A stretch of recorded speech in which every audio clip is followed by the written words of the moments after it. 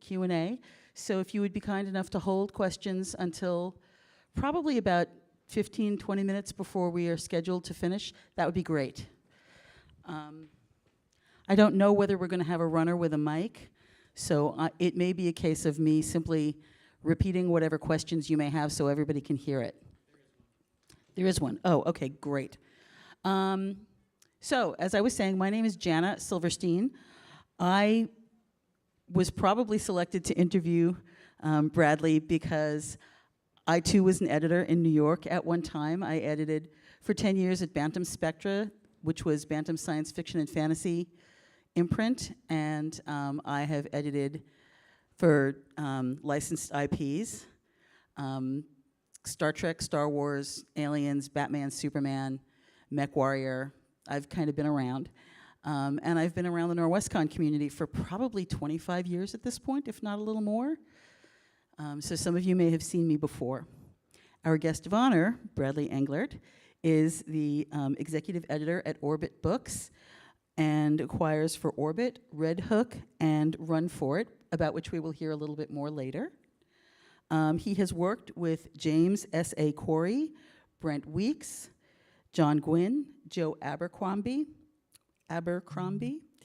Andre Sapkowski, Riot Games, and many others.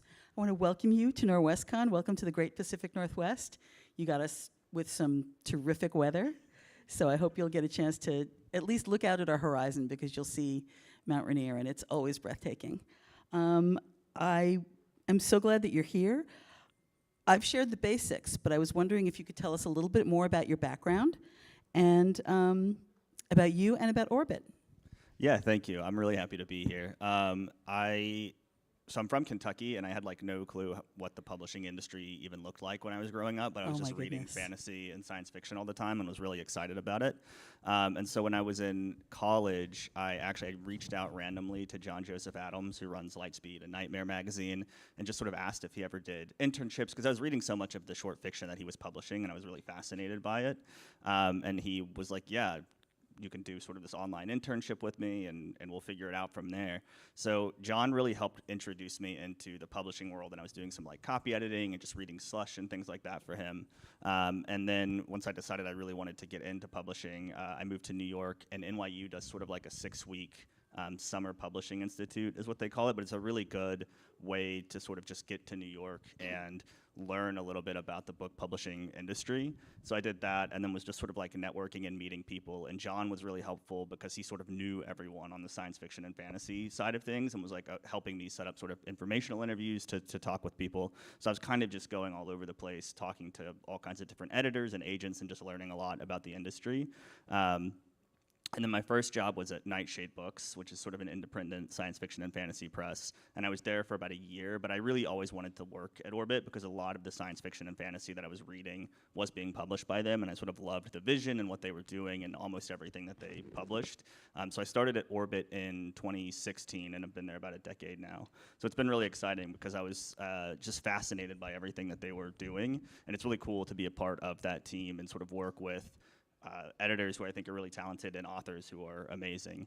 So Orbit started in 2007 and has been publishing for almost 20 years now, and have authors like N.K. Jemisin and Ann Leckie and Brent Weeks, Joe Abercrombie, all of these like really big sort of titans in the industry now. Thank you.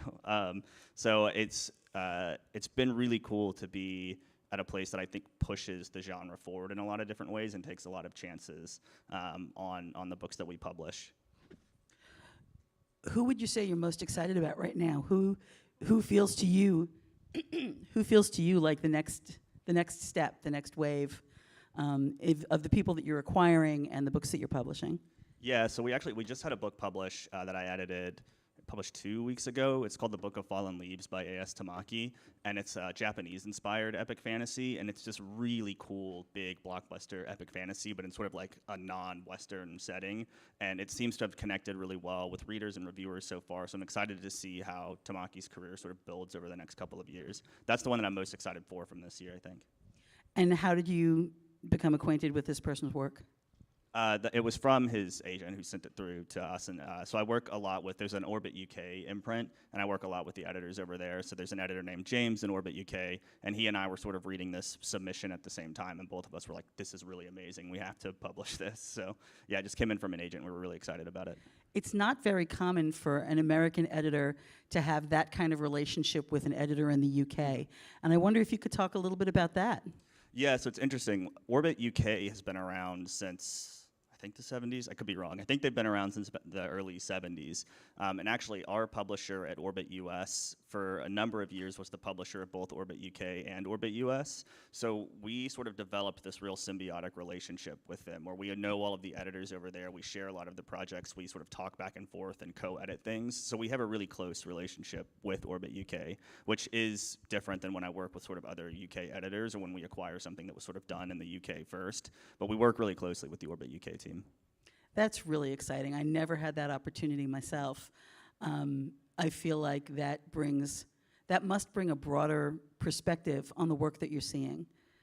Yeah, definitely. Even if we get things that are sort of submitted at the same time to both places, it's good to have someone else's perspective on it. And it's really interesting when you co-edit, because when you're editing, you have sort of ideas that you want to discuss with the author, but it's fun just to have somebody else's perspective in the mix, who raises something that you might not have thought of, and then you can have this really like interesting editorial conversation between the editors and the author. I think that's fantastic. I know that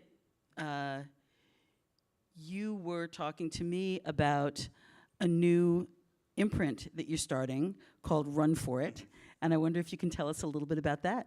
Yeah, I'm really excited about Run For It.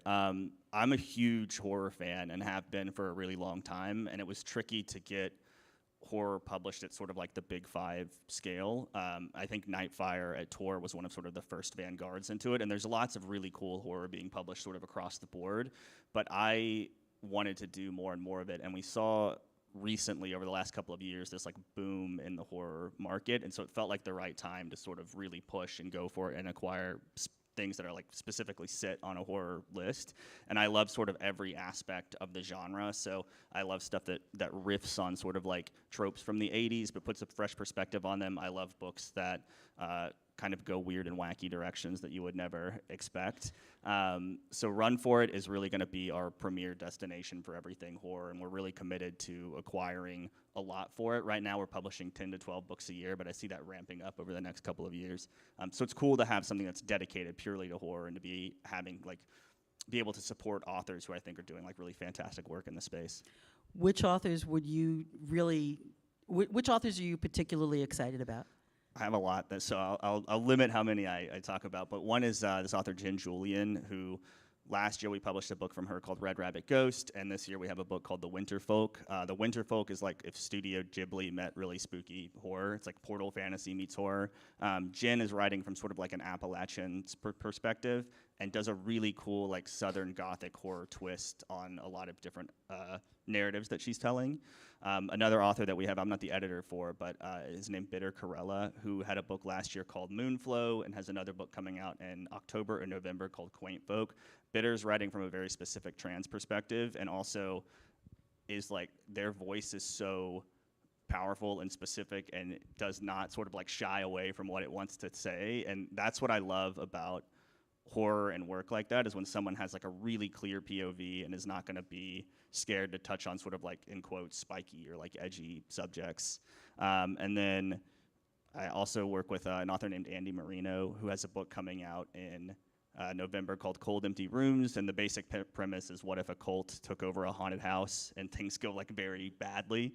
So that one I'm really excited about, and he wrote a book called It Rides a Pale Horse, which I promise is the weirdest book you could ever read in your life. It makes like, you just get sort of like sucked into the way that he writes, and his line by line writing makes you feel really weird and off kilter, and I love stuff like that. And it is like the weirdest thing you could ever read, but it's amazing.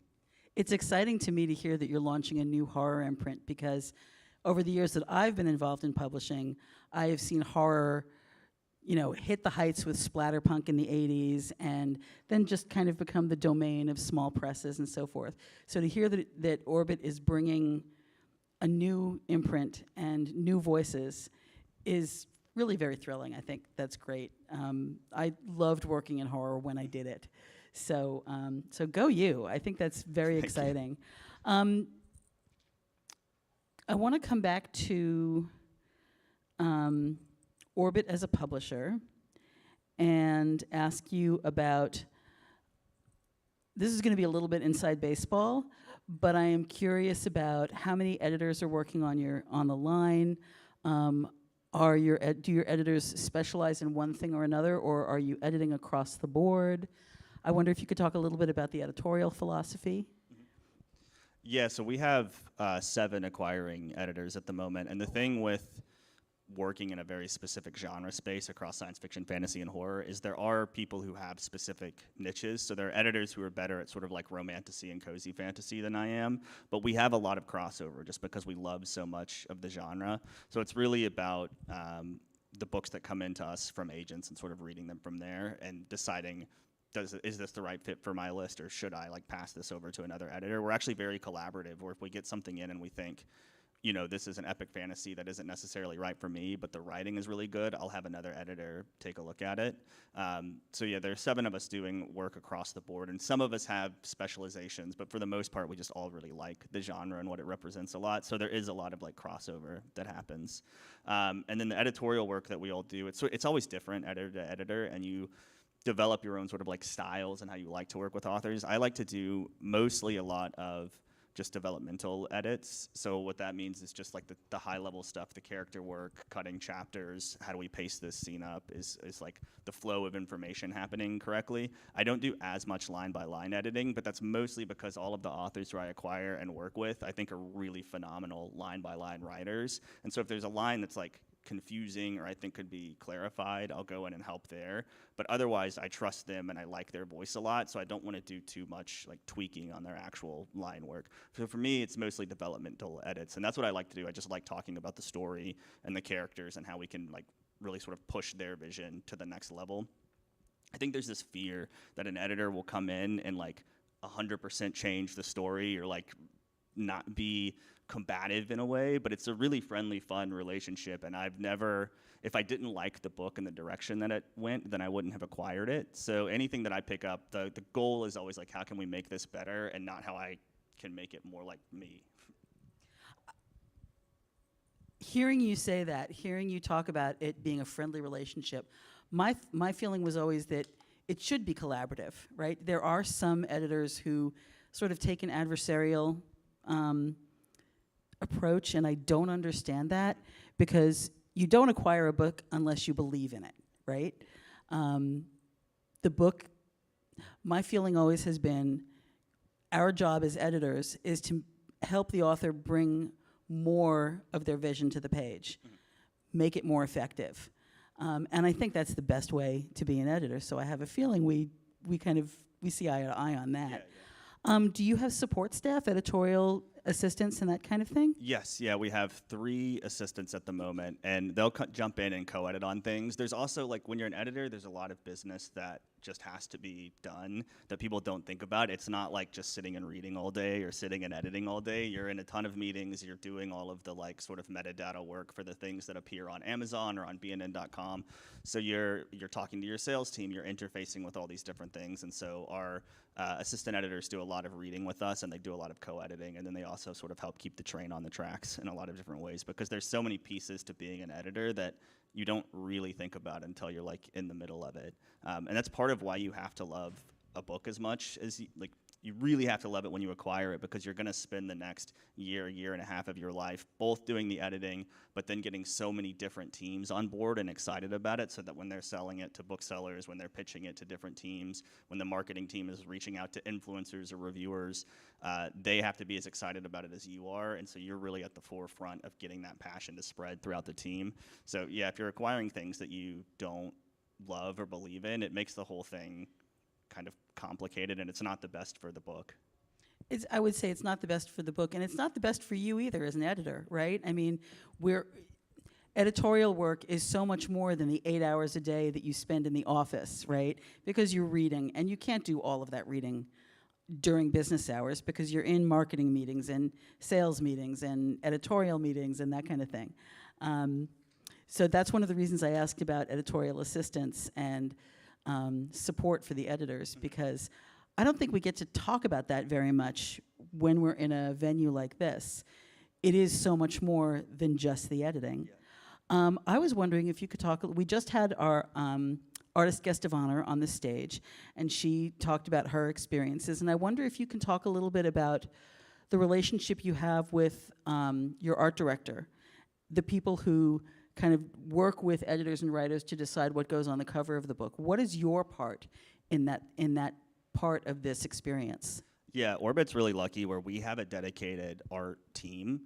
So we have 4 people on that team who really understand the genre. Our art director is this woman, Lauren Panapinto, who is a genius. And what's the editor's part of sort of the cover process is you create a cover brief. So you have the book and you go into a cover meeting with the art team and you say, this is an epic fantasy about XYZ thing. It's kind of like these other books, and this is the direction that I see the cover going. So it is sort of comparing it to other books that are in the market, which gets into like a lot of how you want your book to appear on the shelf, how you want a reader's sort of like gut reaction to it to be. But then once I do that cover brief, if I want it to be illustrated, I have a conversation with our art team. I tell them the kind of direction that I'm thinking for it. And then the art team will come back the next week with sort of 5 to 10 different artists who they think could be a good fit for the project. And then we narrow that down to sort of like a top 3. Sometimes we'll send those top 3 to the author just to get their opinion on things like that. But otherwise, we'll like figure out who we want to move forward with, and then we'll start sort of like getting sketches from them and putting it together. But I'm involved every step of the way, from even like down to the type design or the quote that goes on the front of the cover. So it's a really collaborative process, and it's great because our art team is so in the weeds in the fantasy stuff like we are, that you can sort of have these nuanced conversations with them. We have a lot of conversations about, is this sword the right size? We just launched a cover for this book called Absalon Creed by R.S. Ford that's like grim, dark, sort of eldritch horror fantasy, and we got the first sketch in, and it is like this big hulking sword, and I said in the meeting, I was like, I think this could be bigger, and everyone was like, yeah, let's make the sword larger. So we get like... So size matters, is what you're saying. Yeah, with swords in particular, yes. But we do it on like spaceships for James S.A. Corey's new series, The Mercy of Gods. We had a lot of conversations of like, does this alien planet look right? And that artist, Daniel Dessou, is like fantastic and really gets what they're trying to do. So we have all kinds of really nerdy, specific conversations. And I think somewhere one of the art team has like a list of sort of like things overheard in art meeting that are just like very funny cover conversations that we have. Do your art directors ever give you, I don't want to say limitations, but thoughts about what does and doesn't work on a cover? And I'm not talking about painting to painting, but sort of a guideline, generally speaking, for your genre or the particular subject matter. Yeah, I mean, they're looking at covers from all over the place, and that a lot of different publishers are doing, and they may have insight into a recent sort of like cover trend that I don't have. So often, and this is where their knowledge of the genre comes in handy, is if I'm talking about a book in a specific way, they might bring up something that I hadn't seen yet and say, oh, do you kind of mean like this? And then I'm like, oh yeah, that's exactly the direction we should go. So they help guide it in that way, and we try to be really forward thinking in the covers that we're doing, and there's times to sort of like harken back to classic fantasy or classic science fiction, but we always sort of want to push the boundary and make something look like fresh and unique and interesting. And it's been really cool on the Run For It list, where one of our art directors, Lisa, is really like knowledgeable about horror, and I'll start talking about a book and she'll come in with like 5 different covers, or just artists or different people who she has a really great idea for. So it's more about like guidance and keeping me aware of sort of what's happening in the genre.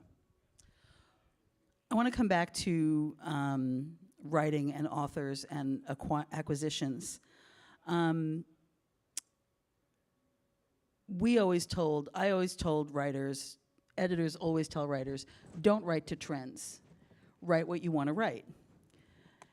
Can you talk about recognizing trends as you're reading submissions, and where you see things developing in the reading that you're doing now? Yeah, so I 100% agree with that. I don't think you can write to trends. I think if you see romantasy blowing up and you think, I'm going to write my romantasy, by the time that actually publishes, the train could have left the station. Because by the time I acquire a book, a year and a half is the fastest that it's going to come out, so you don't know what's going to happen in that year and a half. If you've acquired something and there is a trend blowing up, you can slot it into that trend, but that all comes down to sort of like timing and luck.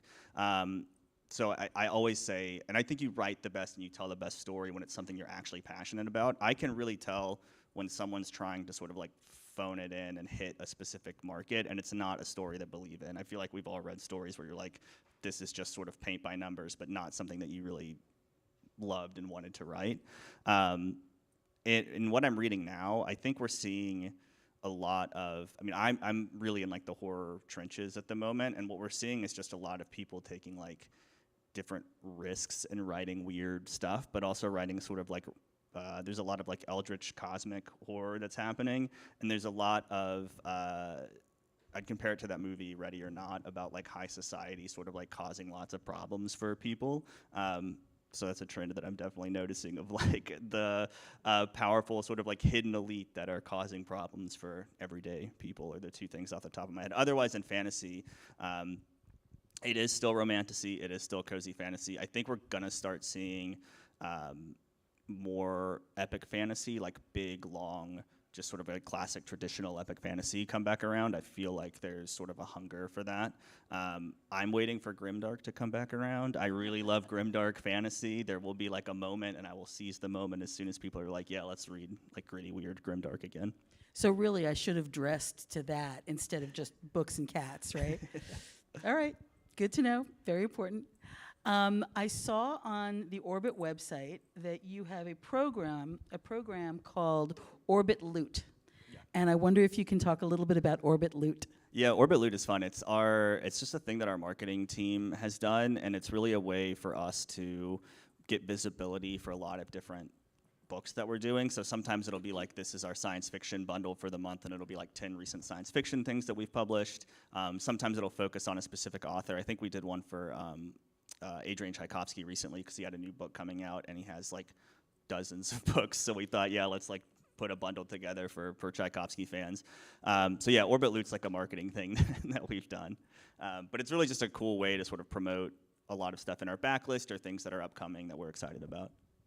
How do you get the word out about that? I saw it on your website, but not every shopper is going to go to the publisher website to learn about what's going on. Yeah, it's a lot of like marketing on social media. It's our newsletter, which has like a ton of subscribers, but I think I'm like a little iffy in this area because it's stuff our marketing team is doing, but I think there's a lot, they're like on TikTok and Instagram and all these places sort of promoting it there, and they'll do posts about it as it comes up. When you think about your list as a whole, backlist and front list, which would you say are the books that come back again and again, are tried and true? Which ones seem to be the books that just stay on the backlist and tick away? Sometimes readers don't think about that, and they may miss a book at some point. What are the ones that seem to be the perennial, that just keep on keeping on? Yeah, I mean, for us, it's J.O. Abercrombie. It continues to be sort of like on our backlist.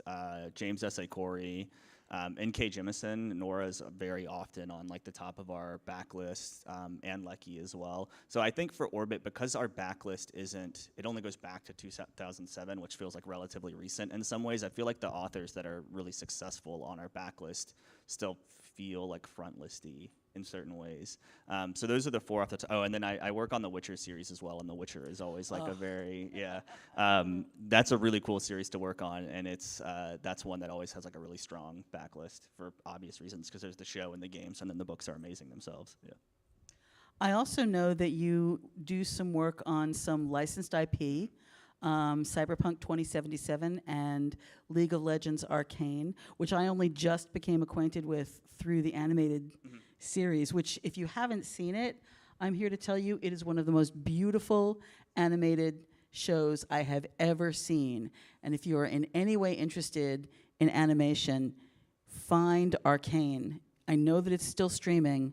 It is totally worth it.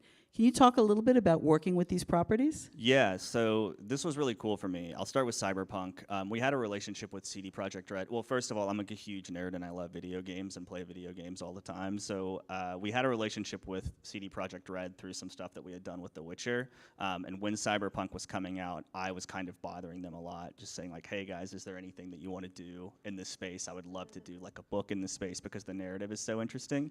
And they came up with the idea to hire a Polish writer, a really good Polish writer, who had not been published in English yet, but they knew that he wrote cool science fiction stories. So they actually hired him to write their idea, and then they translated it on their end, and then I did some editing on it. So it was really interesting that they were like sort of translating it in pieces. I was editing, and then they would translate to the Polish author like sort of my thoughts on it, and then he would come back with some of those revisions that they would then have to translate again. So it was a fun process, but it was a totally different editing process than I'd ever done before.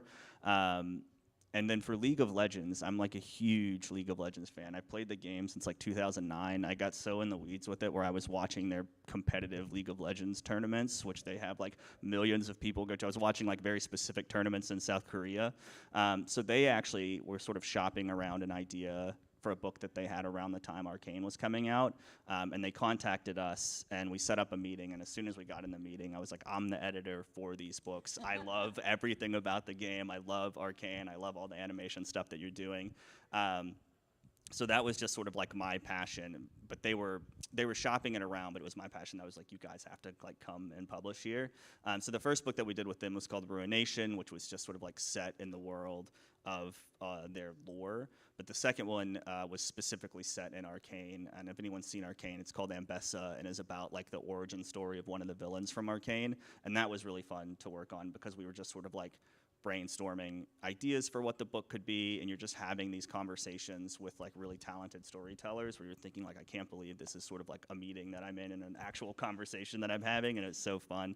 And for that, we brought in an author, C.L. Clark, who had wrote like a cool book for Orbit called The Unbroken, and they had just such a specific sort of like gritty voice for this character that we were like, you're the perfect author for Arcane. So it was a lot of things that sort of, or for Ambessa. So it was a lot of things that matched up all at the right time for those books. But IP is interesting because you want to edit some things and change some things, but the train is sort of like on the tracks based off of, how the story needs to go. But they were really open to ideas from all over the place, and they worked really well with our author to sort of give them room to explore and experiment, which was fun. That is exciting. In the IPs that I worked on, often the opportunity for being a little creative and drawing outside the box was kind of limited, right? When you're talking about stuff like Star Wars or Star Trek or Aliens or something like that, they have a very specific vision. So it must be fun to get to play in those universes. It is, and it's one of the conversations that I had early on with Riot. There's like a reason for Star Trek to be as sort of like rigid as it is with how they do narratives. But one of the conversations that I had with Riot, who are the developer for League of Legends, was like, we should be, to the degree that we can, we should be letting people bring their own voice and talent to it, and I think that'll make for a stronger book, and it'll make readers really excited about picking them up because they'll be sort of surprised by what they're getting, and they'll find some unexpected twists and turns in it. So having that freedom to play around, I feel like is pretty rare in IP, and it was really exciting to get to do that. That is great. I have one more question for you, and then I want to open it up to questions from our audience. But I wonder if you could talk a little bit about the process of choosing writers to work on licensed products. Yeah, so for Cyberpunk, they said, we want to use this author, and I said, I trust you all to go with that. For League of Legends, it was, what is the story that we're trying to tell here, and who do we think the best author for that project could be? So for Ambessa specifically, because it's sort of like just the character is sort of a little edgier and a little darker, and it has sort of like this grimdark energy. As we were narrowing down authors, it really landed on C.L. Clark because of their work on The Unbroken. I was like, there's a real sort of like through line that this makes sense. So for me, that's where it is like, what is the project that we want to, how is the project going to develop, and whose voice do we want to bring to it? And then from there, it's sort of assessing a lot of different authors. And we read so widely that it could be an author from anywhere. Even if it's like a short story that we've read, we could say, oh, I think this person might have what it takes. And then there's kind of like an interview process where you write 2 to 3 chapters to show your vision for it and how it would come together. And then you can look at those samples and say, okay, this is sort of the best of these 3 authors who we pitched it to. So you're looking at writers who have track records, it sounds like. Yeah. I mean, we're looking at writers who have track records and who we can see work from. I think that's sort of for me, that was sort of the best way to approach it, because I would know how it would develop and what I would get. But the track record doesn't have to be sort of like long form fiction. It can be short fiction or come from a lot of different places. If somebody has a voice and knows how to tell a story, that's really important. Yeah, I mean, that's how I look at like editing and acquiring in general, is it's always voice first for me, which is one of those nebulous things, but you can just tell when you're reading someone who has a really strong voice and a really strong point of view. That's the thing that's always going to grab my attention. I think readers really respond to that. It's part of what makes a writer so identifiable. When I think about writers, I go right to Stephen King because he is a master of voice. You know when you're reading a King story, and it makes a difference. It really does. So I think it's time we open up questions from the audience. If you have a question for our guest of honor, please raise your hand. We'll get you a mic, and please make sure that your questions really are questions. We want to be able to draw some more insight from our guest. Hi, can you introduce yourself and then ask your question, please? Hi, I'm William Boulanger. I'm a science fiction, fantasy, and horror writer. Self-published, small, trying to break into where you guys are pretty much at. I probably have more questions than we have time for, so I'll just try and skip to one of my favorites. You mentioned CD Projekt Red and Cyberpunk 2077. So back in 1990, I bought the original box set of Cyberpunk that 2077 is based on, out of a little game shop in Paris. So when you picked this author to do the writing, or they picked the author to do the writing, did they reach out to Mike Pondsmith at all? He's a local, he's the one who created it, and he's from Seattle. So I was just kind of curious how much of the original creators' ideas you brought into it. That I actually don't know. I think that they have a relationship with him, and they worked pretty closely with him in the past. As far as the novel goes, what was sort of sent to me was what they were working on with the writer, and then I gave commentary back. So I don't know how closely they worked with Mike on that, but I do know that when they were developing the game and sort of the world and the setting, that they worked worked pretty closely with him, from what I understand. Do we have another question? Please introduce yourself and then ask your question. Hi, I'm Chris. I'm a volunteer with the Little Free Library, and I know Orbit donated several books to the library this year. Could you briefly mention what those are and why people should read them? I don't know what our publicity team sent. So I'm really sorry that I think you should read all of them, because I love our editors and I love the books that we publish, but I asked our publicity team to send as much as they could, and they said, you got it, and I don't know what they actually selected. Good answer. Good answer. Next.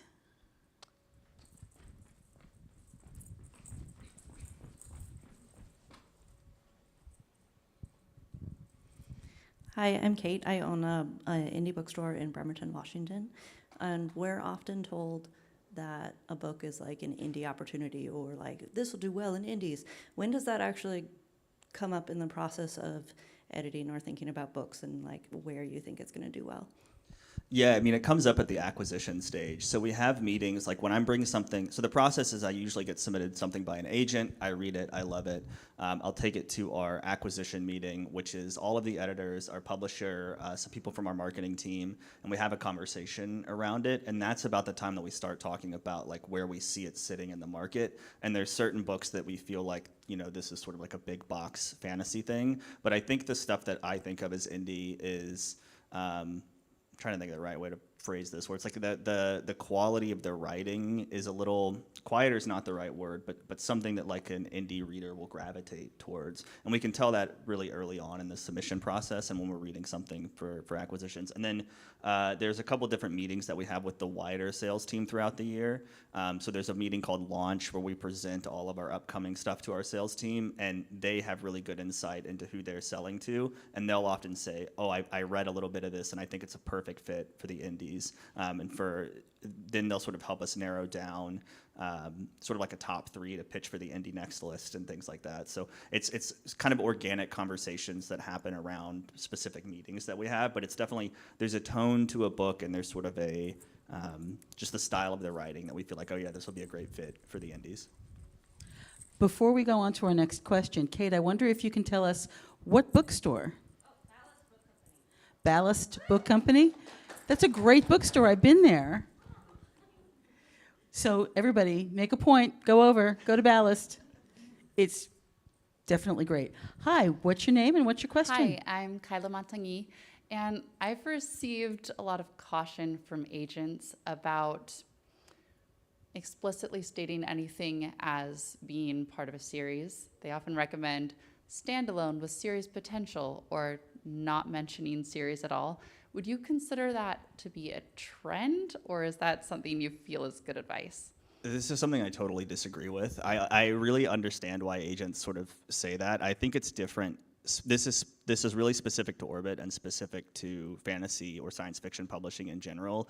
Is I love a trilogy or a duology, and if something is being submitted to me as the first book in an epic fantasy, I want to know that the author has a book 2 and 3, not necessarily written and ready to go. I think the advice of writing your first book and then moving on to something else is good, because it can take a while to be on submission to agents, to be on submission to editors, and if it doesn't get picked up, then you've written a book 2 for like a series that might not sort of go anywhere. So I think it is good advice to sort of like try a lot of different things. But when you're pitching to an editor, specifically like a fantasy editor, I think they want to know if it is a trilogy, if there is series potential. And I'm never scared off from knowing that it's going to be a series. And that's often when I'm acquiring something, I'll usually have a call with the author just to make sure we're sort of like on the same page and aligned in our visions. And, you know, what's the plot of book 2? What's the idea for book 3? How's it sort of going to develop is a big part of that conversation. So I always want something to be pitched as a series, but it's case by case and every editor's different. But specifically at Orbit, we still love a traditional epic fantasy trilogy and want to know that it's going to be that way.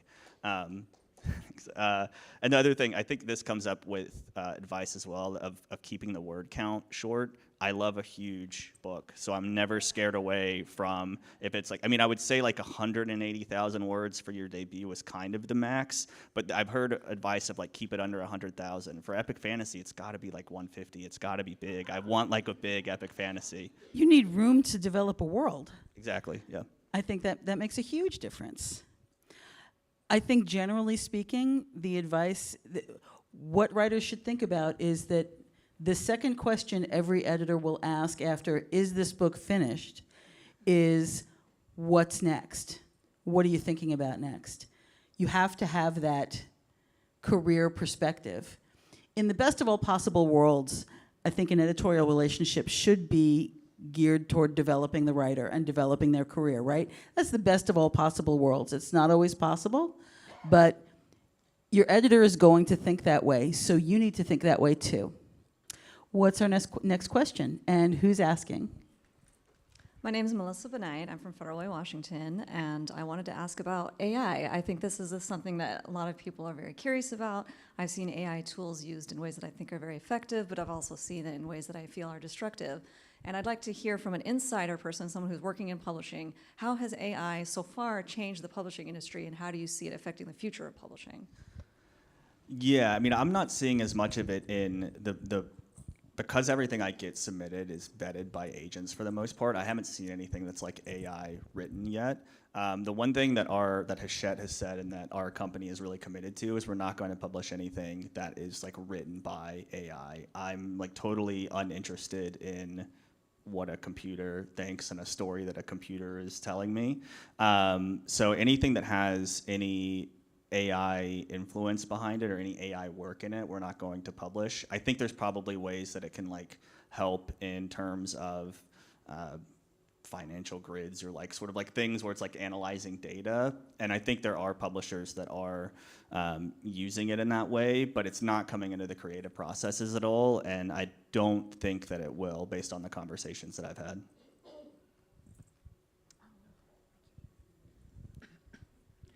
Hi, my name's Erin, and I was in one of the horror panels yesterday, and I'd be really interested to hear your perspective on one of the topics, of especially knowing that you worked with John Joseph Adams, so you've worked on the short form side, and of course now you're more on the long form side. And one of the points people were making was that because horror has so much ambiguity and dread and kind of slow pacing, but you still have to be extremely conscious of your word count and very cautious. They really felt it lent itself to short form more easily. So as you're trying to spin up, run for it, what are some of the things that you think make that jump from short form into long form more successful for that genre? Yeah, that's a great question. I just like longer stories in general. I like when I like the characters and I like sort of the world that you're setting up, I just want to spend more time with them. I think for me, horror works best when I care about the characters, and that's why the more that you can sort of like put them in dangerous situations or whatever it is, and the longer you can draw something out, the more like fear and tension that can exist within the story. So it's a couple of things. Like the story needs to be able to sustain itself for that long. So there's definitely ideas that will work better in short fiction. If you have kind of maybe like a locked room horror story, maybe that is better in the short form format. But for me, I think it's all about like what is best for the story, and if it needs more length to sort of explore different character dynamics or just like explore the ideas that you want to talk about, then that's where it fits best in long form fiction. So I think, the best way to sustain it, it's sort of the best editorial advice is always a story's as long as it needs to be. So if you are writing a longer horror story or you're reading a longer horror story and you think this is just boring now, then start cutting it down, and that's like where it needs to go. But if you think, oh, I actually have a lot more to say here, then make it longer. So it's kind of case by case and story by story, but it's always about character for me. I really have to I don't necessarily need to like connect with them and see myself in them. I just need to be able to understand where they're coming from and want to read more about them. Hi, I'm Tara Pegasus. You mentioned that you like to do more developmental edits, and I was curious if there were any big picture issues that you tend to see or any kind of advice you have given authors before.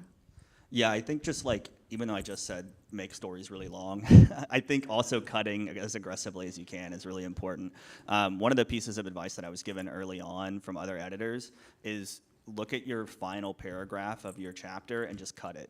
And it will probably make the pacing more interesting and end in like a more dynamic way. I think sometimes there's this, we're kind of like summarizing something that happened in that last paragraph and it's not necessarily needed.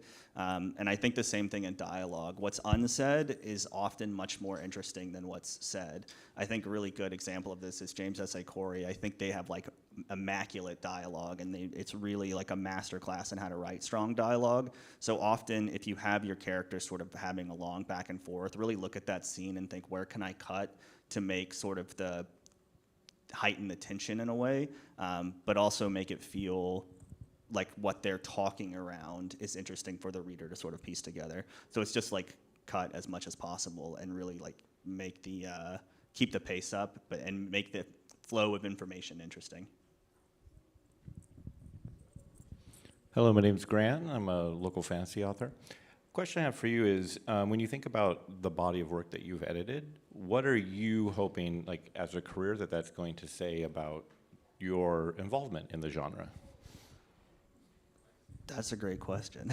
I think I just grew up reading a lot of fantasy and science fiction, and I grew up watching a lot of anime, and I grew up feeling like sort of an outcast in certain ways. And books and TV shows and stuff help you feel seen, or just like sort of give you an escape in certain ways, and that's how I've approached everything that I've edited. I think like one of the things that I was told early on from an editor who I really respect was like, am I having fun reading this? Is this a good time? And I think that's what I want. I want stuff that's like people just found themselves really loving and either feeling seen in or just having fun for like a couple hours.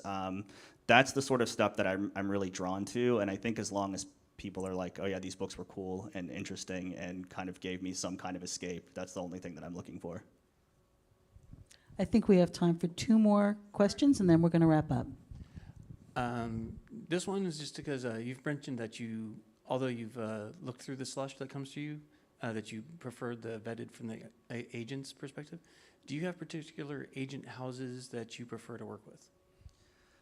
Not necessarily houses, but I mean, there are agents who we just sort of like see eye to eye and have pretty similar taste. And I know when I get something from them, it's like if they're submitting it specifically to me, they'll know that I like it.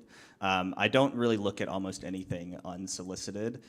So it's always from an agent, and it just sort of like you develop a relationship with an agent over time, the more that you sort of like work with them. But there are so many good agents out there that it's not really house by house basis. It's more like person by person, and it's all about just the conversations that you have with them and them knowing like, oh, this is like a perfect book for Bradley versus this is a perfect book for another editor at Orbit.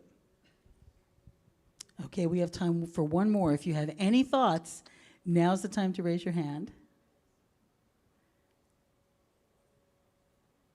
Or have I intimidated all of you? Okay. I just want your hot take on spreads. I'm so tired of spreads. What is a spread? So a spread is a sprayed edge. They're the hardcovers that have like the design on the edge, and they can be really beautiful, and they can become for a little bit were like deluxe editions. We're doing like a nice cool sprayed edge, but now it's become sort of like I just see a lot of stuff on like TikTok and people being like, this hardcover doesn't have a sprayed edge, it's boring. And I'm like, that's how hardcovers always were. Like, just buy the hardcover, it's fine. Like, we'll give you a deluxe edition down the line, maybe. But and then there's just weird conversations around spreads. So while I like books as art, I view, this is like my real hot take, I think spreads have kind of like become the like pop figure-ification of publishing in a way, where we're looking at them more as objects and not as like stories that we want to read. So you'll see people like display their books on their bookshelf sprayed edge out, and then I'm like, that's not even like you're just looking at art, like you can just buy art. So I like books as words and less about like sort of, and it's not to say there's lots of really cool, beautiful deluxe editions out there, and if there's a book I really love, I like having like a really high-end quality version of it, but I don't think they should become sort of like the standard or expected, just because it just really starts to cheapen the story within them to me. Okay. Well, Bradley, I want to thank you for joining us at Norwescon and giving us such a great hour with you. This has been wonderful. Thanks, all everyone, for coming to our talk. And where can we find you on social media and Orbit on social media? I'm nowhere on social media, but please go to orbitbooks.net and you can follow sort of all of our different channels. Our team does a really great job of just sort of getting our stuff out there. I think even outside of the books I edit, a lot of our editors are doing really cool stuff, and we have tons of really cool authors. So orbitbooks.net is sort of the first port of call. All right. Thank you all so much. Thank you. Thank you. Thank you.